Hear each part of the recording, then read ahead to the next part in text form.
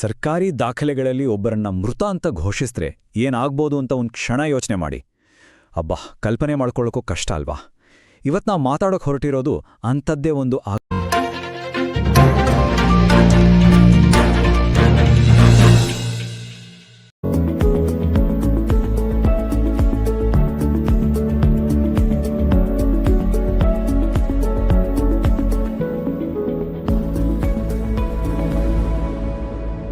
ಭಾರತದಲ್ಲಿ 75ಕ್ಕೂ ಅಧಿಕವಾದ ಹಾಸ್ಪಿಟಲ್ಸ್, 250ಕ್ಕೂ ಹೆಚ್ಚು ವೈದ್ಯರುಗಳನ್ನೊಳಗೊಂಡ ನಮ್ಮ ಆರ್ಯಾರ್ ಹರ್ಬಲ್ ಹಾಸ್ಪಿಟಲ್ಸ್.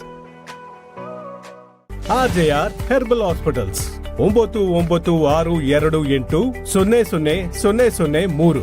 ಆಘಾತಕಾರಿ ಕಥೆಯ ಬಗ್ಗೆ ಇಲ್ಲಿ ದಾಖಲೆಗಳೇ ವಾಸ್ತವವನ್ನ ಅಳಿಸಿ ಹಾಕಿವೆ. ನೀವಿದ್ ಹಂಗೇನೆ ಯಾರಾದರೂ ಬಂದು ನೀವು ಸತ್ತೋಗಿದ್ದೀರಾ ಅಂತ ಹೇಳಿದ್ರೆ ಹೇಗಾಗ್ಬೇಡ. ಇದು ಯಾವುದೋ ಸಿನಿಮಾದ ಕಥೆಯಲ್ಲ, ಬದಲಿಗೆ ಇಬ್ರು ವಯಸ್ಸಾದ ಹೆಣ್ಣು ಮಕ್ಕಳ ಜೀವನದಲ್ಲಿ ನಡೆದ ಒಂದು ಕಠೋರ ಸತ್ಯ. ಸರಿ, ಹಾಗಿದ್ರೆ ಬನ್ನಿ ಈ ವಿಷಯದ ಆಳ ಕೀಳಿಯೋಣ.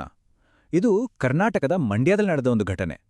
ಇಲ್ಲಿನ ಅಧಿಕಾರಶಾಹಿ ವ್ಯವಸ್ಥೆಯ ಒಂದು ಎಡವಟ್ಟಿನಿಂದ ಬದುಕಿರುವ ವ್ಯಕ್ತಿಗಳನ್ನೇ ಮೃತ ಅಂತ ಘೋಷಣೆ ಮಾಡಲಾಗಿದೆ.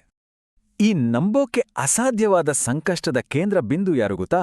ಉಪ್ಪರಕನಹಳ್ಳಿ ಅನ್ನೋ ಗ್ರಾಮದ ರತ್ನಮ್ಮ ಮತ್ತು ಮಂಡ್ಯ ನಗರದ ಗಿರಿಜಮ್ಮ ಅನ್ನೋ ಇಬ್ರು ಮಹಿಳೆಯರು. ನೋಡಿ, ಈ ಕಥೆಯ ಅಸಲಿ ಸಂಘರ್ಷವೇ ಇದು.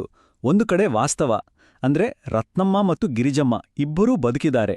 ಇನ್ನೊಂದು ಕಡೆ ಸರ್ಕಾರಿ ದಾಖಲೆ ಅದೇನೋ ಹೇಳುತ್ತೆ, ಅವರಿಬ್ಬರೂ ಮೃತಪಟ್ಟಿದ್ದಾರೆ ಅಂತ. ಓಕೆ, ಈ ಒಂದು ಡಿಜಿಟಲ್ ತಪ್ಪು ಅವರ ನಿಜ ಜೀವನದ ಮೇಲೆ ಹೇಗೆ ಪರಿಣಾಮ ಬೀರಿತು ಅಂತ ಈಗ ನೋಡೋಣ. ಅವರಿಗೆ ಈ ವಿಷಯ ಗೊತ್ತಾಗಿದ್ದು ಹೇಗೆ? ಸರ್ಕಾರದಿಂದ ಏನಾದರೂ ನೋಟಿಸ್ ಬಂತಾ? ಖಂಡಿತ ಇಲ್ಲ. ಪ್ರತಿ ತಿಂಗಳಿನ ಹಾಗೆ ರೇಷನ್ ತರಲು ನ್ಯಾಯಬೆಲೆ ಅಂಗಡಿಗೆ ಹೋದಾಗ ಈ ಆಘಾತಕಾರಿ ಸತ್ಯ ಹೊರಬಂದಿದೆ. ಅಲ್ಲಿ ಬಯೋಮೆಟ್ರಿಕ್ ಸಿಸ್ಟಮ್ನಲ್ಲಿ ಚೆಕ್ ಮಾಡಿದಾಗ ಆಧಾರ್ ದಾಖಲೆಗಳ ಪ್ರಕಾರ ಇವರಿಬ್ಬರು ನಿಧನರಾಗಿದ್ದಾರೆ ಅಂತ ತೋರಿಸಿದೆ.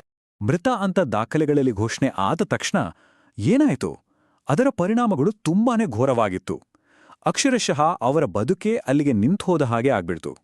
ಈ ಆಘಾತವನ್ನ ಆ ಮಹಿಳೆಯೊಬ್ಬರು ತಮ್ಮ ಮಾತುಗಳಲ್ಲೇ ವಿವರಿಸ್ತಾರೆ, ಕೇಳಿ.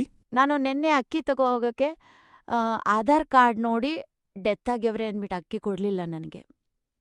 ಡೆತ್ ಆಗೋರೆ ಅಂದ್ಬಿಟ್ಟು ಇದ್ದಂಗೆ ಸಹಿತ ಸತ್ತೋಗೋರೆ ಅಂತ ಹೇಳಿ. ಅವರ ಮಾತುಗಳಲ್ಲಿರೋ ನೋವು, ಗೊಂದಲವನ್ನೊಮ್ಮೆ ಗಮನಿಸಿ.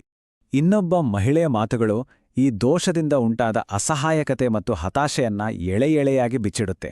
ಅವ್ರು ಹೇಳ್ತಾರೆ, ಇವಾಗ ಏನ್ ಜೀವನ ನಮ್ಮ, ದಿನಕ್ಕೆ ತೊಂದ್ರೆನೇ, ನಾವೊಬ್ರೇ ಇರೋದು, ಇಬ್ಬರು ಮಕ್ಕಳಿದ್ರು ತೀರೋದ್ರು, ಇವಾಗ ನಾವು ಕೂಲಿ ಮಾಡಿದ್ರೂ ಉಂಟು ಇಲ್ದೇ ಇಲ್ಲ. ಅಂದ್ರೆ ಅವರ ಜೀವನ ಸಂಪೂರ್ಣವಾಗಿ ದಿನಗೂಲಿ ಮೇಲೆ ನಿಂತಿದೆ. ಅಂದ್ರೆ ನೋಡಿ, ಈನೊಂದು ಸಣ್ಣ ಡಿಜಿಟಲ್ ತಪ್ಪು ಅವರ ಜೀವನಕ್ಕೆ ಆಧಾರವಾಗಿದ್ದ ಎಲ್ಲ ವ್ಯವಸ್ಥೆಗಳನ್ನು ಒಂದೊಂದಾಗೆ ಕಸಿದ್ಕೊಳ್ತು. ಇದರಿಂದ ಏನೆಲ್ಲ ನಷ್ಟ ಆಯಿತು ಅಂತ ನೋಡೋಣ. ಮೊದಲನೇದಾಗಿ ತಿಂಗಳ ಪಡಿತರ ಸಿಗೋದು ನಿಂತೋಯ್ತು. ಆಮೇಲೆ ಗೃಹಲಕ್ಷ್ಮಿ ಯೋಜನೆಯ ಹಣ ಬರೋದು ಕೂಡ ನಿಂತಿದೆ. ಇದರಿಂದ ಅವರ ದಿನನಿತ್ಯದ ಬದುಕೆ ತುಂಬಾನೇ ಕಷ್ಟಕರವಾಗಿದೆ. ಇಲ್ಲಿ ನಾವು ಅರ್ಥ ಮಾಡ್ಕೊಳ್ಬೇಕಾದ ಮುಖ್ಯ ವಿಷಯ ಅಂದ್ರೆ, ಸರ್ಕಾರಿ ಯೋಜನೆಗಳನ್ನೇ ನಂಬಿ ಬದುಕುವ ಜನರಿಗೆ ಇಂಥ ಒಂದು ಸಣ್ಣ ಡೇಟಾ ಎಂಟ್ರಿ ತಪ್ಪು ಕೇವಲ ಒಂದು ಸಮಸ್ಯೆ ಅಲ್ಲ, ಅದು ಅವರ ಜೀವನ ಮರಣದ ಪ್ರಶ್ನೆ ಆಗುತ್ತೆ. ಈ ಘಟನೆ ನಮ್ಮನ್ನ ಒಂದು ಹೆಜ್ಜೆ ಹಿಂದೆ ಹೋಗಿ, ನಾವು ಈ ಡಿಜಿಟಲ್ ವ್ಯವಸ್ಥೆಗಳ ಮೇಲೆ ಇಷ್ಟೊಂದು ಅವಲಂಬಿತರಾಗಿದ್ದು ಸರಿನಾ ಅನ್ನೋ ದೊಡ್ಡ ಪ್ರಶ್ನೆಯನ್ನ ಕೇಳೋ ಹಾಗೆ ಮಾಡುತ್ತೆ. ಹೌದು, ಮಂಡ್ಯದಲ್ಲಿ ನಡೆದಿದ್ದು ಕೇವಲ ಒಂದೇ ಘಟನೆ ಇರಬಹುದು, ಆದರೆ ಇದು ತಂತ್ರಜ್ಞಾನದಲ್ಲಿ ಆಗುವ ಸಣ್ಣಪುಟ್ಟ ತಪ್ಪುಗಳು ಮನುಷ್ಯರ ಜೀವನದ ಮೇಲೆ ಎಂತಹ ದೊಡ್ಡ ಪರಿಣಾಮ ಬೀರ್ಬೋದು ಅನ್ನೋದಕ್ಕೆ ಒಂದು ದೊಡ್ಡ ಎಚ್ಚರಿಕೆಯ ಗಂಟೆ. ಹಾಗಿದ್ರೆ ಈ ಇಡೀ ವಿಶ್ಲೇಷಣೆಯ ಕೊನೆಯಲ್ಲಿ ನಮ್ಮ ಮುಂದೆ ಉಳಿಯುವ ಪ್ರಶ್ನೆ ಒಂದೇ: ಇಂತಹ ಸಣ್ಣ ತಾಂತ್ರಿಕ ದೋಷಗಳು ಬಡವರ ಮತ್ತು ದುರ್ಬಲರ ಬದುಕನ್ನೇ ಬುಡಮೇಲು ಮಾಡುವುದಾದರೆ ಇದರ ಹೊಣೆಯನ್ನ ಕೊನೆಗೆ ಯಾರು ಹೊರಬೇಕು? ಯೋಚಿಸಬೇಕಾದ ವಿಷಯ ಅಲ್ವಾ?